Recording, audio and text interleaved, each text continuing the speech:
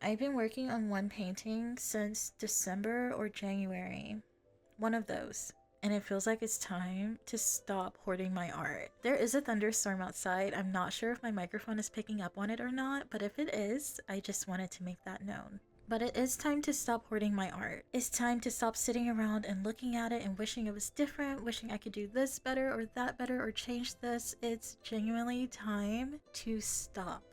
And this is to everyone out there that's creating something right now, whether you like it or not. It's time to stop doing the finishing touches. It's time to put it down and it's time to share it, if that is something that you're into. It had been so long since I had an idea for a painting, I literally couldn't think of anything. So I pulled out some sketchbooks, and a sketch that I made forever ago was really simple. It was a portrait of a girl with a bow, and it felt like it was perfect. So I wanted to create a sketch just to get my thoughts going again and begin painting. I think I've taken so long to get to the point of finishing this painting because there was a lot of self-doubt that I dealt with while working on it. It feels really diminishing to say, but 4 months have passed and I've done virtually nothing. I'm not interested in this video coming off as whining or complaining or anything like that, but I haven't done much with my time, and I am getting older. And with my age comes this weird anxiety that I'm not performing the way I should, or the way I think I should. Speaking of time, I actually did 2 more sketches because the first one, I really didn't like how it turned out, which is fair because I hadn't drawn it forever, but I just wanted to show the 2 sketches I did and how they kind of got better and better. I'm gonna ramble a bit, but I'm also gonna be a bit vulnerable, so they cancel out a little bit. A lot of my procrastination has to do with the payout and the time. I'm unmotivated because it feels devastating how much time it takes to create something only for it to be watched or consumed in such a short amount of time. I spend weeks painting and then another week editing. And the video I make is like, what, 10 minutes? It feels like I did all of this for a 10-minute video. I want to make sure I'm not obsessed with attention or instant gratification, especially if it comes from other people. I want to be interested and obsessed and in love with the process of creating because that's what every creative wants to do, right? I primed my canvas with pink, which is like my go-to. I just love doing it. And while I waited for it to dry, I decided to do a little color abstraction experiment. I've always loved how certain artists will take colored pencils and layer the colors on top of each other to create depth. And I've always wanted to do it myself, but it feels kind of complicated. And it also feels like my knowledge of like the color wheel and color theory isn't quite there yet, but I did enjoy doing this. I did learn a few things, and I think I will do more of it in the future. And also, it helped me come up with mixing colors for this painting, so it was worth it for sure. But sometimes I do slip into those moods or thought patterns where I ask, who cares? And that doesn't do anything for me. It's like the mirror I use to see myself, I give it to someone else. And that's not constructive or healthy, and it definitely doesn't help my self esteem.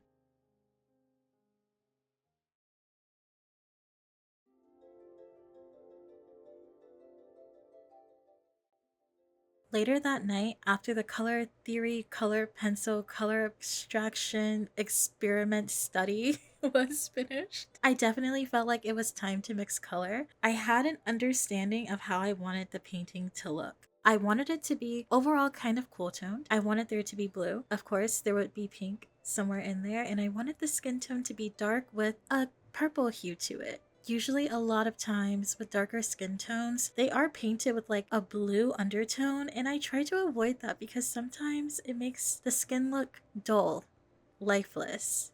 So I did take my time mixing color, and I did learn a couple of things. I also used a new color, which is like a rose something, but it was pretty prevalent. I used it with every single color, so there was some sort of harmony going on, and I think the final result really shows it, but it's subtle. And I really prefer that. I like it a lot, actually. I've noticed that as I paint more, mixing color becomes a little bit faster and faster. This is what the final pencil sketch looks like on the canvas.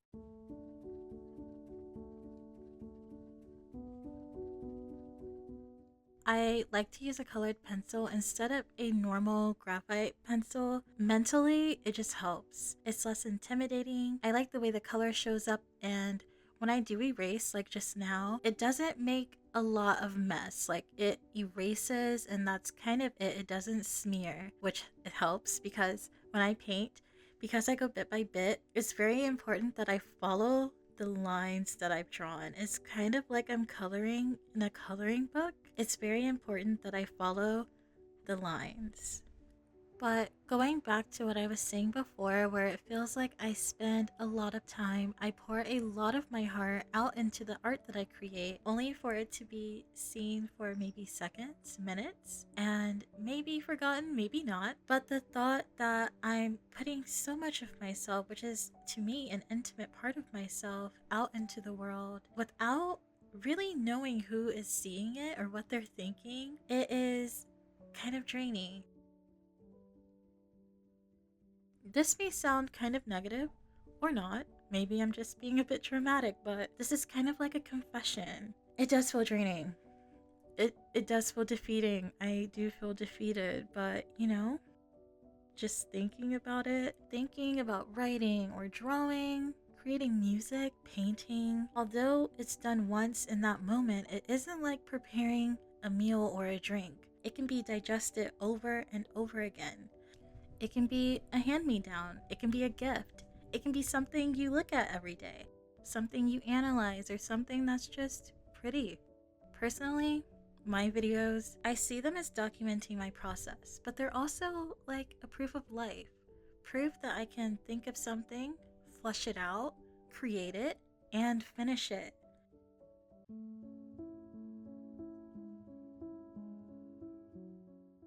So here is where going bit by bit can be a little frustrating. I finished the face for the most part, and then I realized that the eyes were wonky. I'm not really sure what it is, but it feels like it's always the eyes that bother me. So I took some pictures, uploaded the pictures to Procreate, and I just played with the settings a little bit, adjusting the eye, twisting and turning it, and I'm going to remember the things that I did so I can later go back to the painting and translate them to hopefully make the eyes look okay. This took some days. I mean, it was really a lot of back and forth, but I did finish it and I did end up liking it, so it's nice to know that all of this work was for something. It feels like my channel kind of exists to hold myself accountable. I don't upload much. I'm aware of that. But when I do, I sometimes like to randomly go back to my old videos and like see how different my art is. The way I painted on my first video on this channel compared to now, it feels like the same, but it also feels different. Like I've grown, like I've expanded the things that I like to do or talk about. And I think there's something very special in documenting your process for that reason. And I can do that process again and again, and sometimes it's the same, sometimes it's different, but every single time it's lovely.